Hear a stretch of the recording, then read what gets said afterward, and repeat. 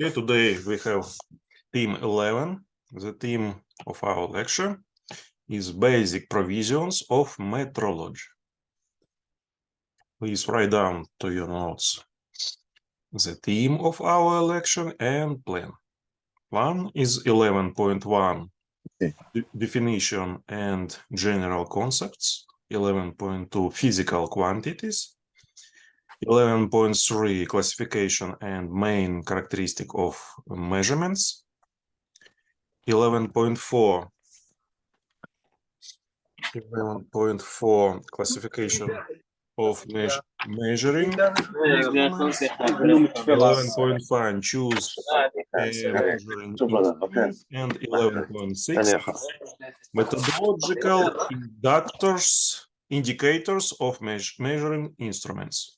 Write down to your notes these 6 points of our plan.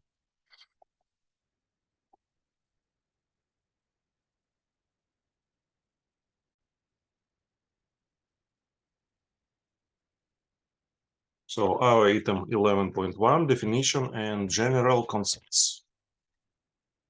All branches of technology could not exist without the extensive system of measurements that determine both all technological processes, their control and management, and properties and quality of products.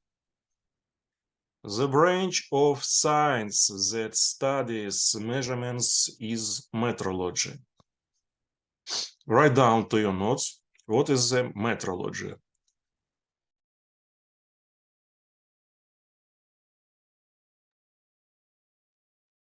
Metrology is the science of measurements, methods, and means of ensuring the unity and ways to achieve the required accuracy. Write down to your notes that metrology is the science of measurements, method and means of ensuring their unity and ways to achieve the required accuracy. The unity of measurements is the state of measurements in which the results are expressed in legal units and measurement errors are known with a given probability. The unity of measurements is necessary in order to be able to compare the results of measurements performed in different places at different times using different methods and measuring instruments.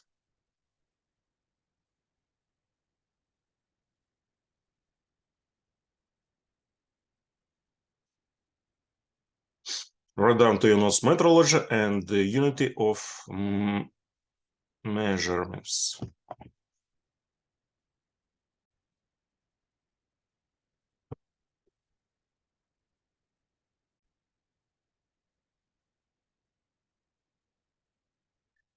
In metrology, for all objects of measurement, a single generalized concept is established, a physical quantity.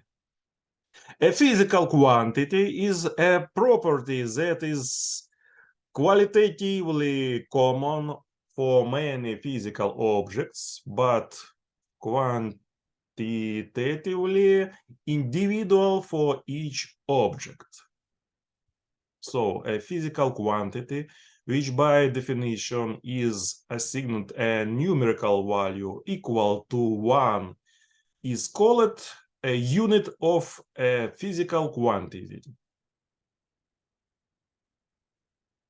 The International System of Units, SI, has 7 basic units: length in meters, mass in kilograms, time in seconds, electric current, ampere.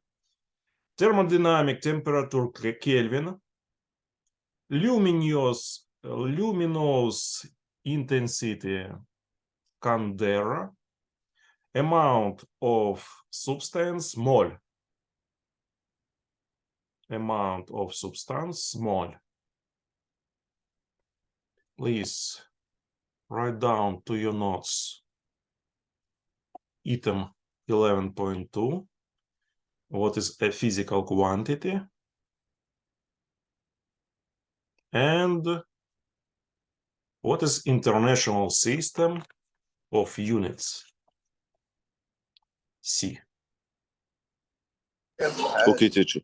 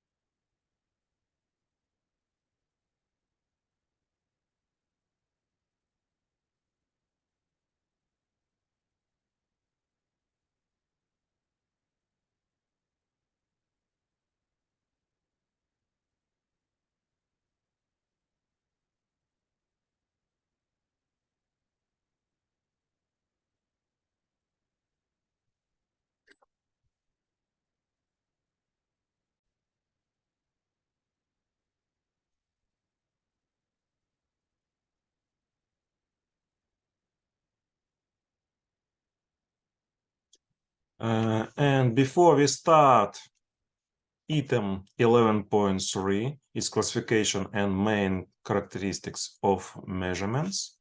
We can see a video about physical quantities. Okay. So it's 11.1. What are physical quantities?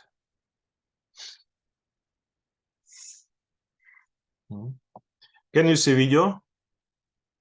All the quantities that can be measured are Yes, called teacher. Okay. quantities. Physical Like quantities. Length, time, and temperature. But what is a physical quantity? If a quantity possesses these two properties, then it is a physical quantity. Its numerical magnitude and the unit in which it is measured.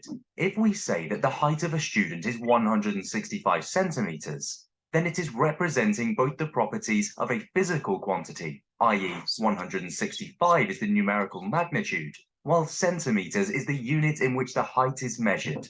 Remember, if we only state height as 165, then it is not a physical quantity, since it does not tell us about the unit in which it is measured. So it is a must for physical quantity to have both magnitude as well as unit. Physical quantities are divided into two categories. Base quantities. Base quantities form the base or foundation of other physical quantities. In other words, the quantities are the basis with which derived quantities are expressed. These quantities are length, mass, time, temperature, intensity of light, electric current, and the amount of a substance. Derived quantities. Derived quantities, therefore, are those which are expressed in terms of base quantities. These quantities include area, volume, velocity, acceleration, force, pressure, momentum, electric charge, electric induction, etc. Before talking about the units which are associated with base and derived quantities, we need to know about the universally adopted system of units for physical quantities. This is to be noted that measuring does not always involve counting. Like if we need milk, we need to understand what quantity of milk is required. Similarly, to describe the physical quantities, a standard is required with which the quantities could be compared and expressed. This standard in physics is known as a unit. By that time, it was crucial so that the knowledge and findings with the advancement of fields could be shared universally by adopting some known standards. In this context, during the 11th General Conference on Weights and Measures held in Paris in 1960, a universal international system of units was accepted. This system is commonly referred to as SI, System International. Now, coming back to the base and derived quantities, we have understood about these quantities. Now, we will have a look at the units in which these are measured. Base units. The units used to measure base quantities are called base units. We now know that base quantities are 7 in number. But in what units these quantities are measured? Well, length quantity is measured in meter. Time is measured in second. Mass in kilogram. Electric current in ampere, temperature in Kelvin, amount of substance in mole, and intensity of light in candela. Derived units. The units used to measure derived quantities are called derived units. They are defined in terms of base units. We get them by multiplying or dividing one or more base units with each other. For example, the unit for area is square meter, and for volume is cubic meter, which are based on the unit of length. Some derived units and their symbols are as follows. Velocity, which is measured in meter per second. Acceleration, measured in meter per second squared. Force, in meter kilogram per second squared, or termed as Newton. Pressure, in Pascal, or kilogram per meter second squared. Momentum, in meter kilogram per second. Charge, in Coulomb or ampere second. And magnetic flux density, in Tesla, or kilogram per second squared ampere. Let's take a deeper look into these. How can we measure quantities, like lengths, with proper accuracy? There are several ways. Meter rule. It is used to measure the length or distance between any 2 points. As the name indicates, it is 1 meter in length, which, by convention, divided into 100 centimeters. Each centimeter consists of 10 small divisions, known as millimeter. Thus, the smallest reading that a meter rule can give is 1 millimeter, also known as its least count. To have accurate measurements using a meter rule, we must keep our eyes directly above the reading points. Measuring tape. It is used by carpenters and builders to measure a greater length, usually in meter, centimeter, and inches. This means 1 centimeter is the least count of measuring tape. The same as in meter rule, to measure accurately using a measuring tape, we must keep our eyes directly above the reading point. Vernier caliper. To obtain an accuracy of more than 1 millimeter in our measurements, we use a vernier caliper. It has a main scale and a vernier scale, parts of vernier caliper located on its jaw. A vernier scale has 10 divisions on it, and each division equals 0.9 millimeters. Thus, the difference of one main scale division and one vernier scale division equals 0.1 millimeter and is taken as its least count. To gain accurate measurement, we need to find the zero error of the instrument if present. This will help to achieve accurate reading by adding or subtracting the zero error value from the obtained readings.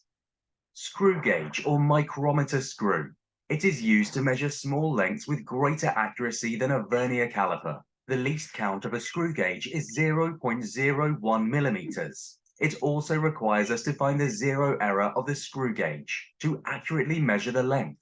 The zero error value will then be used to correct the obtained readings.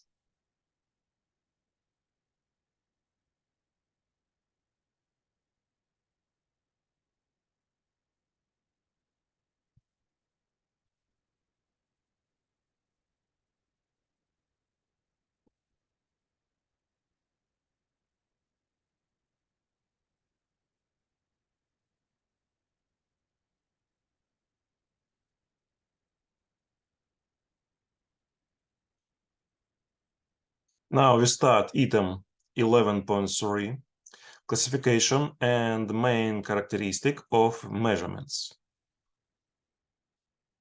According to nature of the dependence of the measured value, on time measurements are divided into static and dynamic. Static, during which the measured value remains constant, and dynamic, during which the measured value changes. Please write down to your notes static and dynamic measured value.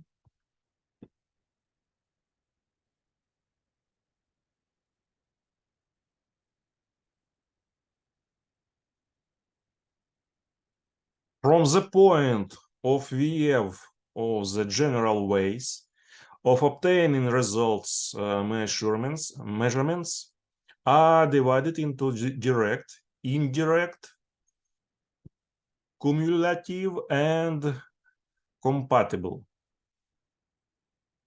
Direct measurements are measurements in which the values of the size of physical quantity are found directly from experimental data. Examples of direct measurements are the measurements of body length with calipers or micrometers, the measurement of temperature, pressure, etc. It's direct measurements. Indirect measurements. Measurements in which the required value is determined on the basis of known relationship between this value and the quantities subject to direct measurements. It's indirect measurements. Next type, aggregate measurements. These are simultaneous measurements of many quantities of the same type, in which the required value is determined by solving a system equation obtained from direct measurements of various compounds of these quantities.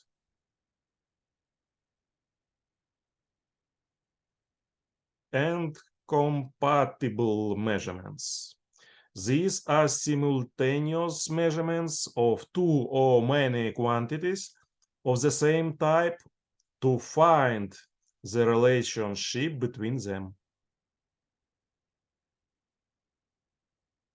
Compatible measurements.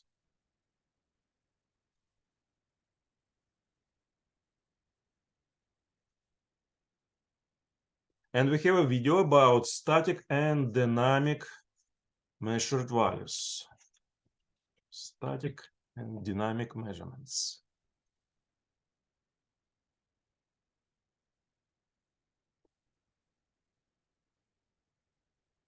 Static characteristic and dynamic characteristic measurement system.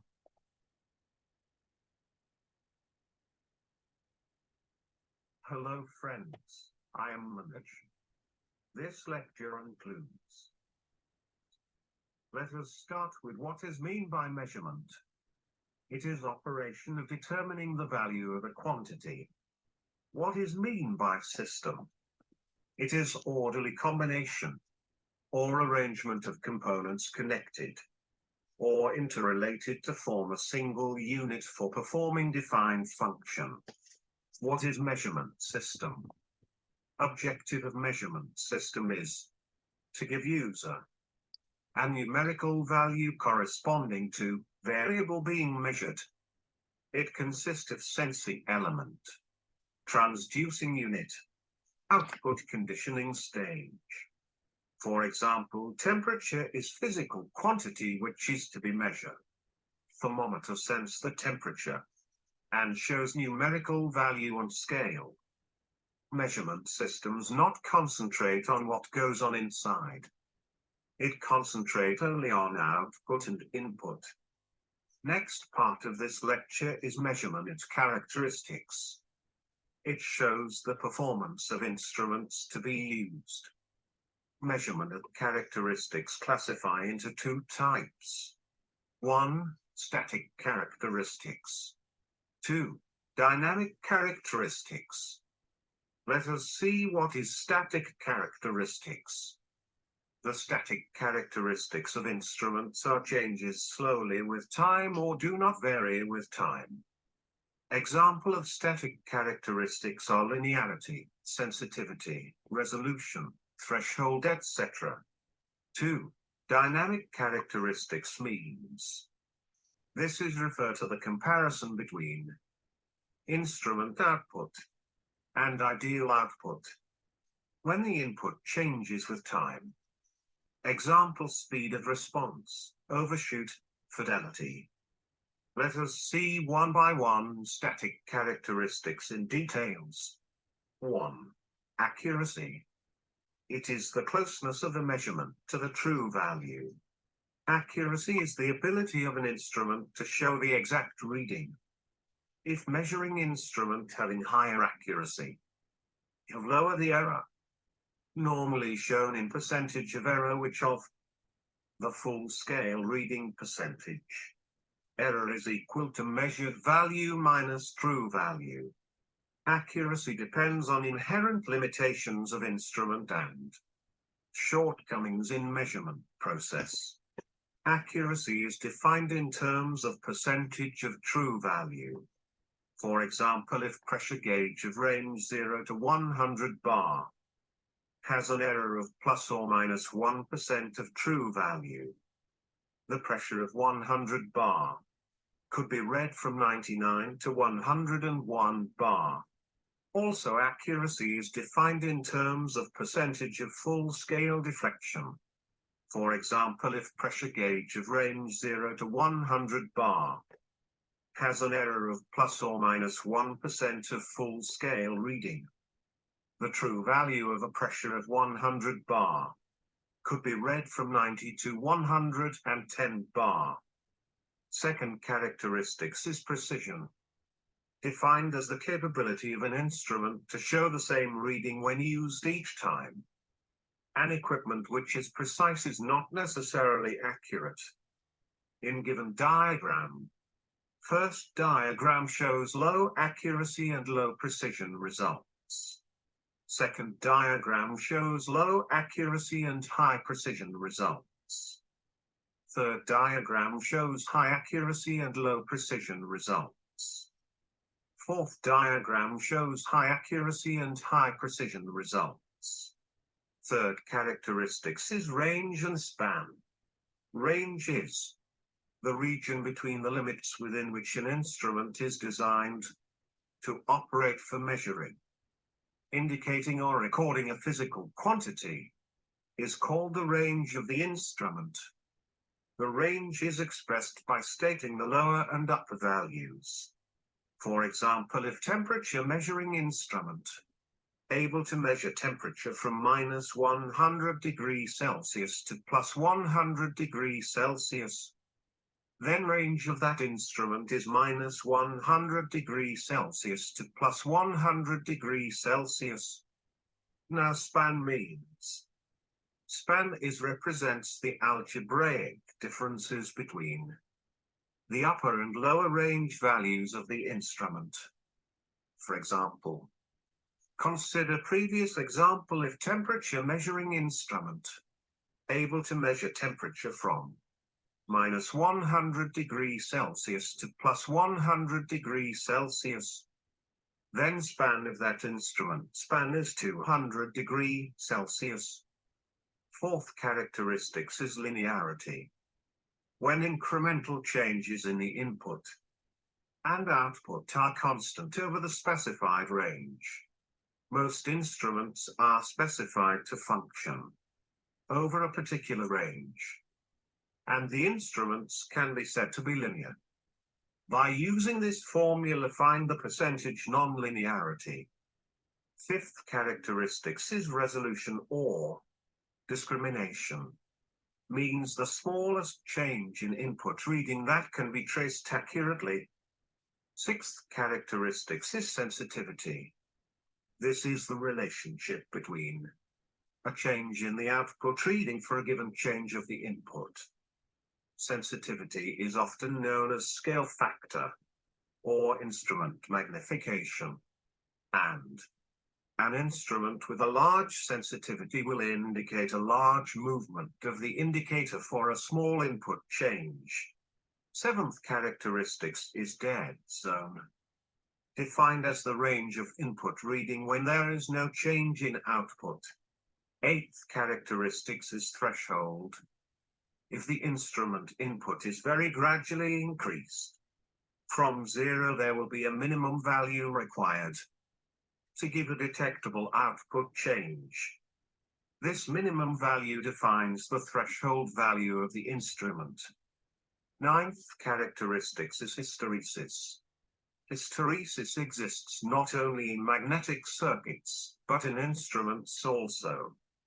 Hysteresis is defined as the magnitude of error caused in the output for a given value of input, when this value is approached from opposite directions. That is, from ascending order and then descending order. For example, as shown in figure, the deflection of a diaphragm-type pressure gauge may be different for the same pressure. One curve for increasing and other for decreasing. The hysteresis is expressed as the maximum hysteresis as a full-scale reading. Causes of hysteresis are backlash, elastic deformations, magnetic characteristics, frictional effects. 10th characteristics is drift. Zero drift is variation in the output of an instrument, which is not caused by any change in the input. It is commonly caused by internal temperature changes and component instability. 11th characteristics is repeatability. It is the ability of the measuring instrument to give the same value every time the measurement of given quantity is repeated under the same conditions. Repeatability refers to a sensor's ability to give identical outputs for the same input. Precision errors cause a lack of repeatability. 12th characteristics is backlash. It is maximum distance or angle through which any part of a mechanical system may be moved in one direction without applying appreciable force or motion to the next part in mechanical sequence. Backlash can be minimized if components are made to very close tolerances. Next type of characteristics is dynamic characteristics. First dynamic characteristics is speed of response. It is defined as the rapidity with which an instrument responds to a change in the value of the quantity being measured. Second dynamic characteristics is fidelity. Fidelity of an instrumentation system is defined as the degree of closeness with which the system indicates or records the signal which is impressed upon it. It refers to the ability of the system to reproduce the output in the same form as the input. Poor fidelity indicates nonlinearity of instrument. Third dynamic characteristics is overshoot because of mass and inertia of moving parts. That is, the pointer of the instrument does not immediately come to rest in the final deflected position. The pointer goes beyond the steady state. That is, it overshoots. Thank you for listening carefully. To learn about sensors in detail,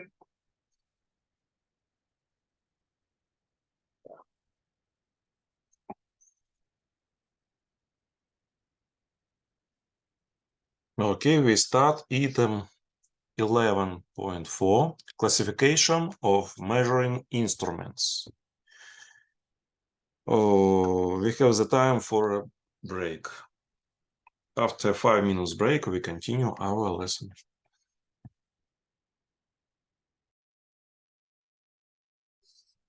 Okay, so we continue our lesson.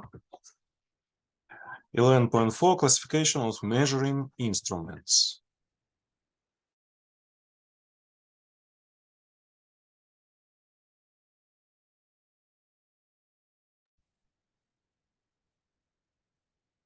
In accordance with the state measurement system, all measuring instruments are divided into 3 types: standards, exemplary measures and instruments, working measures and instruments. A standard is a measuring instrument designed to reproduce and store units of measurement with high accuracy in order to transfer its size to lower measuring instrument according to the verification scheme.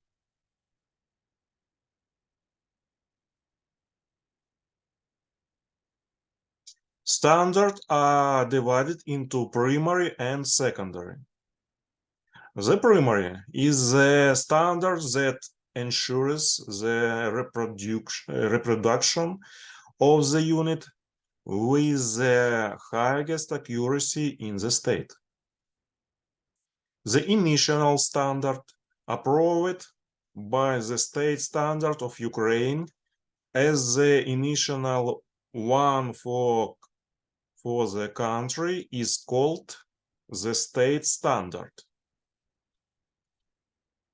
The standard copy is used instead of the state storage of the unit and the transfer for its size to the working standards. And the working standard is used to store the unit and transfer its size to exemplary measuring instruments of the highest category.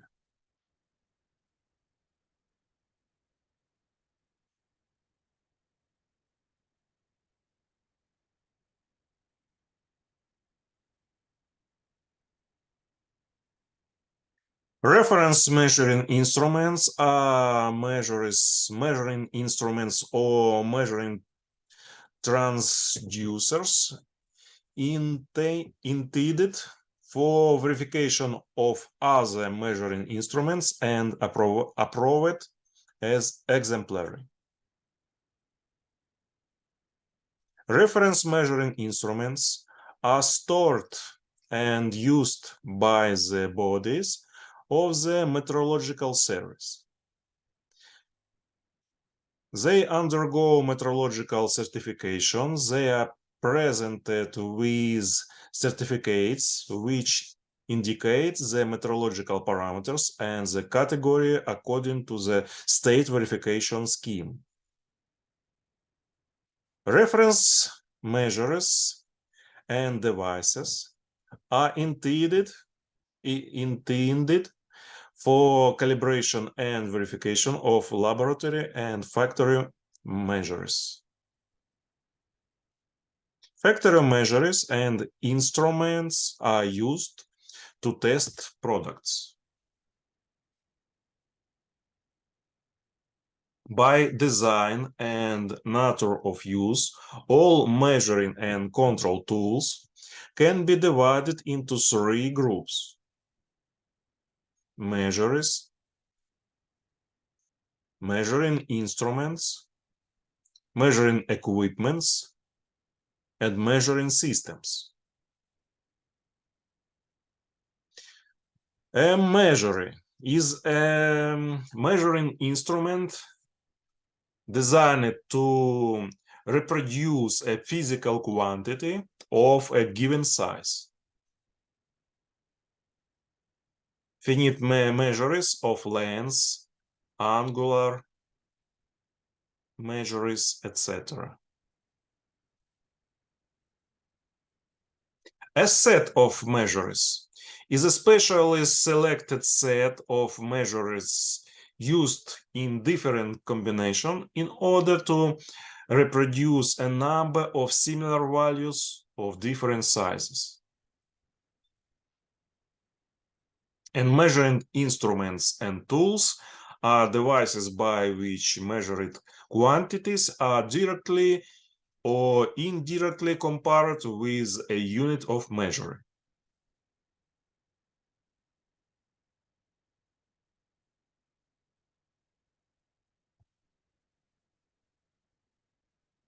So please write down to your notes these 3 groups of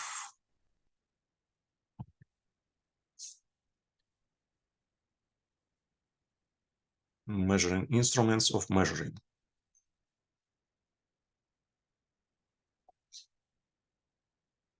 Yes, teacher, please.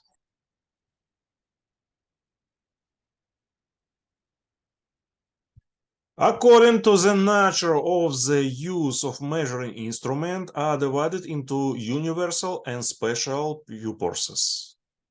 Universal measuring instruments are measuring devices equipped with scales and used to determine various values of the measured quantity. They are divided into the following groups: line instruments with vernier, its caliper, caliper depth gauge, and another instruments. Micrometric tools, its micrometer, micrometric insight gauge, micrometric depth gauge, micrometric thread gauge. Level mechanical devices. Lever mechanical devices. It's clock type indicator, caliper indicator, level bracket, level micrometer. Optical mechanical devices. It's vertical and horizontal optimeter. Projection devices. Universal and instrumental microscope.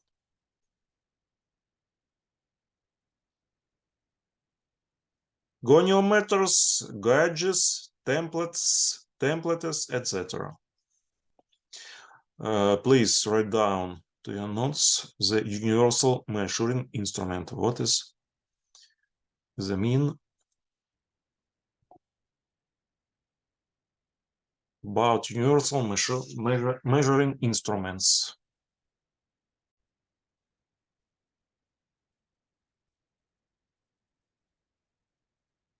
Special purpose measuring instruments are divided into the following groups: means of control of the plane, straightness, horizontality, verification rulers, plates, levels. Means for measuring surface roughness, it's profilometers, profilographs. Means for measuring the elements of gear and worm wheels, gear gauges, crocometers, normal gauges, etc. A measuring plant is a set of functionality integrated measuring instruments and auxiliary devices placed in one place and designed to generate measured information, signals in a form convenient for direct perception by an observer. The measuring system differs from the measuring plant in that it outputs signals of measured information in a form convenient for automatic processing.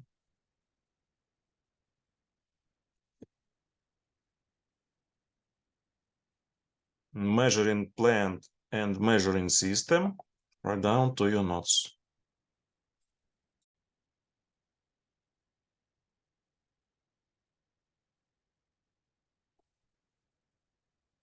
.11.5 choose of measuring instruments. Means for measuring the linear dimensions of products are selected taking into account the following main factors: the production program, design features of the product, and the accuracy of its manufacture IT grade. The error of the selected measuring tool and the cost of measurement. The IT grade determines the error of the allowable measurement. In the condition of a single production, special control and measuring equipment is not used, and therefore the control of the dimensions of products is carried out mainly with the help of universal measuring tools and instruments: calipers, micrometers, indicator inside gauges, etc. In serial production, the main means of dimensional control are limit gauges and templates, as well as the semi-automatic measuring control devices. The measurement errors should not exceed 20–30% of the tolerance value for the manufacture of the product. Measuring instruments are characterized by a certain marginal error. From several means of measuring the same marginal errors, one should choose such a device which is characterized by the highest performance, reliability, ease of maintenance, and the lowest cost.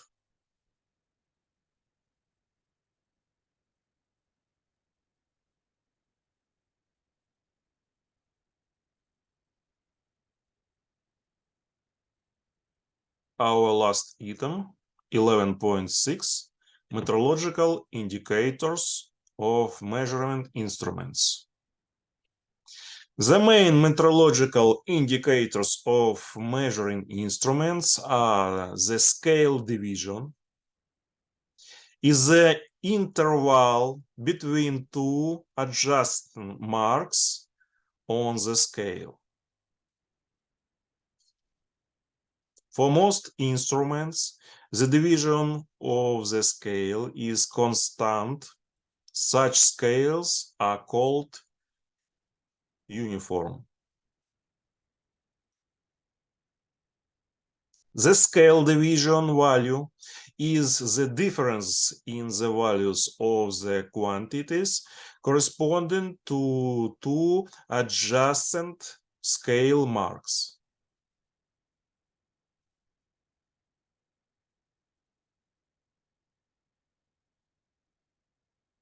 The range of indications is the range of values of the scale limited by its initial and final values.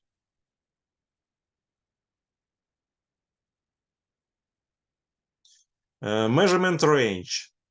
The range of values of the measured quantity for which the permissible errors of the measuring instruments are normalized. The measurement limit is the largest and smallest value of the measurement range. Write down to your notes these main metrological indicators. The scale division value, the range of indicators, measurement range, and the measurement limit.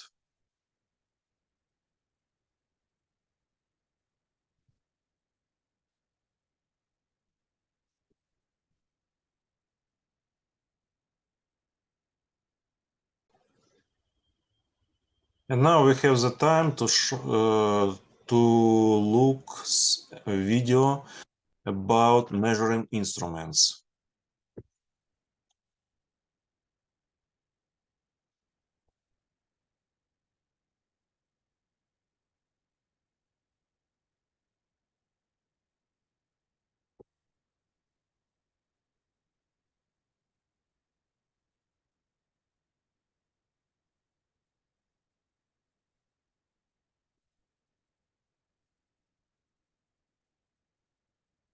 Like we are going to study Classification measure instruments. electronics instruments, active and passive instruments, analog and digital instruments, and also as monitoring and control type instruments.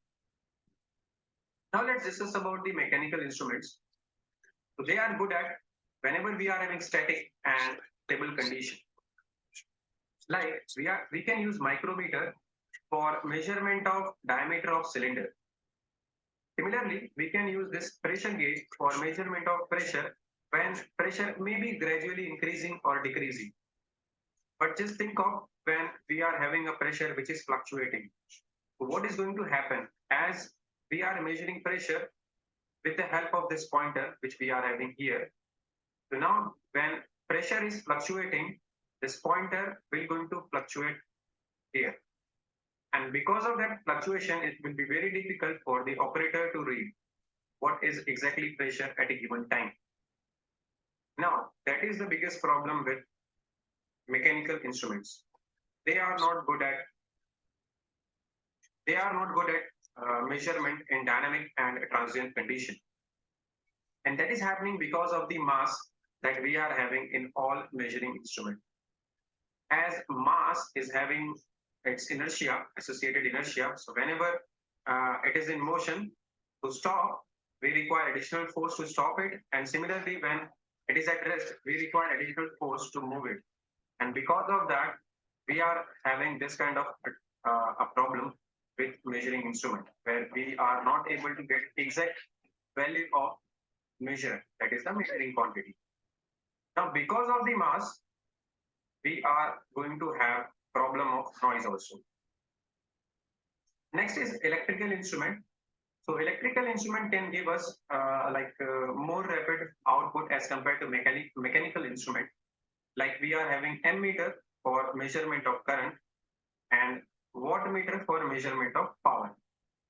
Now, electrical instrument mostly measures electrical quantities or related electrical quantities, but they are having same kind of drawback as mechanical instrument, as they are also having a pointer which is having associated mass. And again, in dynamic state, there may be a problem of like fluctuation, and you won't be able to get a proper reading. So, and also there are possibility that whenever we are having a response which is for a very less time, that may not be captured by these instruments. Next, we are having electronics instrument. Now we know that in present scenario in science and technology, we know that in present scenario, like in science and technology, changes is rapid, and we are having various processes that are developed which are having parameters or variables that we want to measure. They fluctuate very rapidly. Like it may have a time of response in milliseconds or microseconds or even in nanoseconds. Whenever we are having that kind of response, those responses are very difficult to collect by a mechanical system as well as electrical system. So to have or to get those responses, we are having electronic instruments. Now, electronic instruments are built in earlier days by using vacuum tube.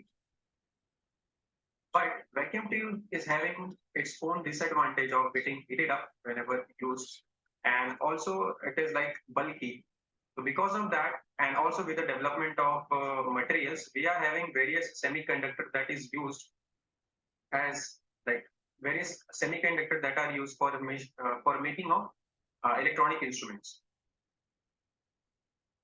One of the instrument you can see here, that is a oscilloscope. Now, oscilloscope can pick a response of like in nanoseconds.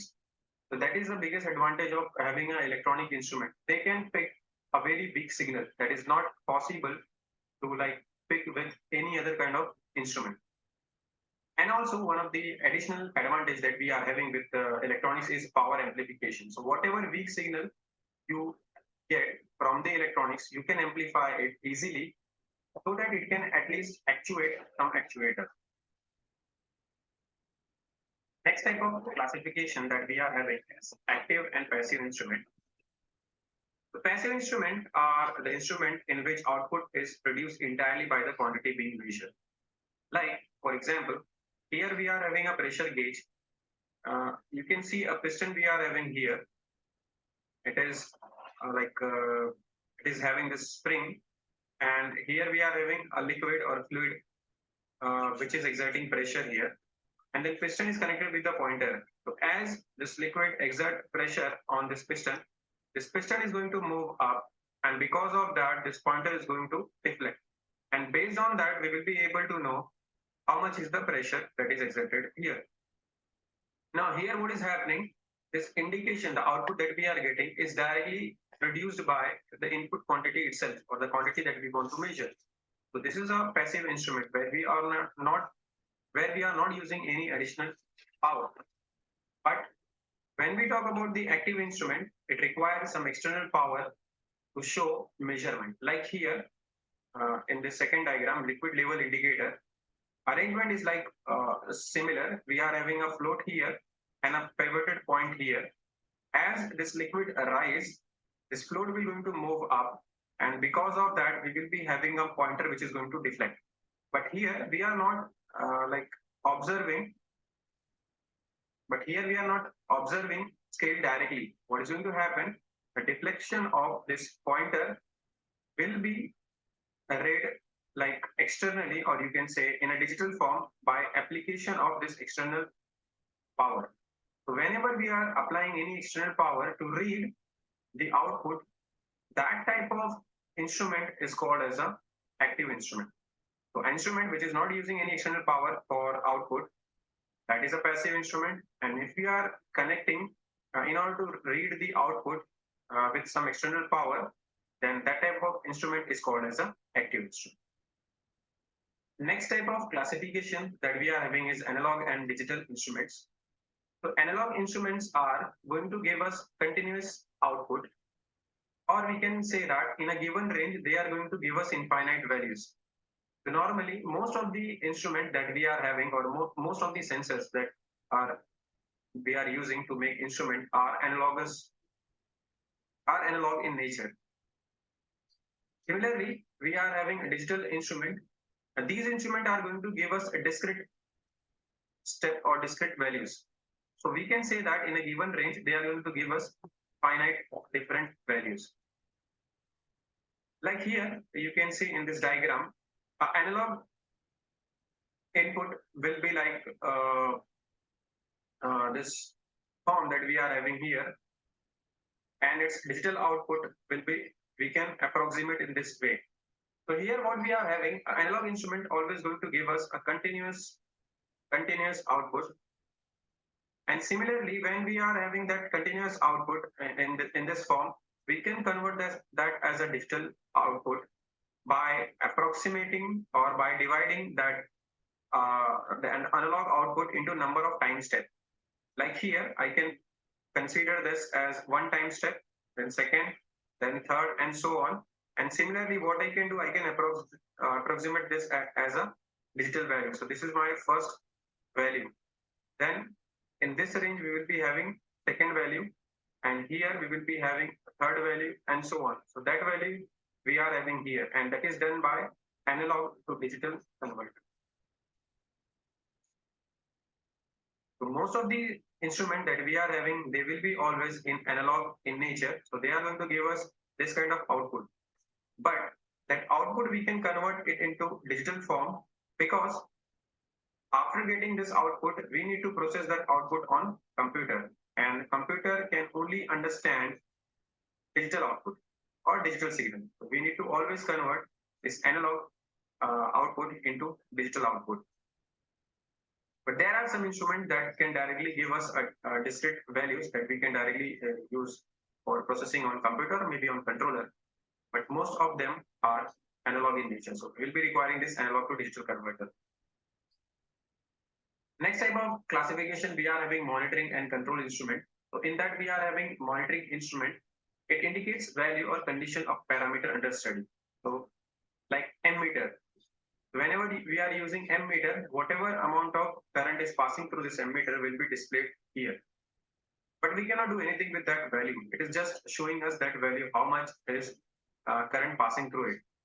So this type of, whenever we are having only representation of value, it is called as a monitoring instrument. Then we can have a control instrument. So control instrument is like, we are going to use its output value for automatic control of system parameters. Like we are having a thermistor here. This thermistor is used in AC, like in air condition. So whenever a certain temperature, like say 25 degrees Celsius is achieved, your AC will be shut down because you have set it to 25 degrees Celsius. And when temperature goes down, then again it will be started again in order to again cool your room. This is how we are having a sensor that whose output we can use for control of like process or system parameters. So these are the classification that we are having.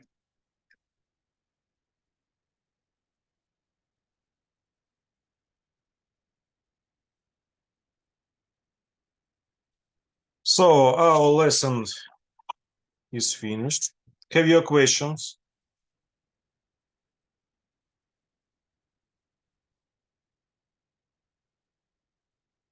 No, teacher, no. Understand everything. Okay, so our lesson is finished, and see you next week. Yes, thank you so much, teacher. And can you please send me the video? The link of the videos, yeah. The last video? Yeah.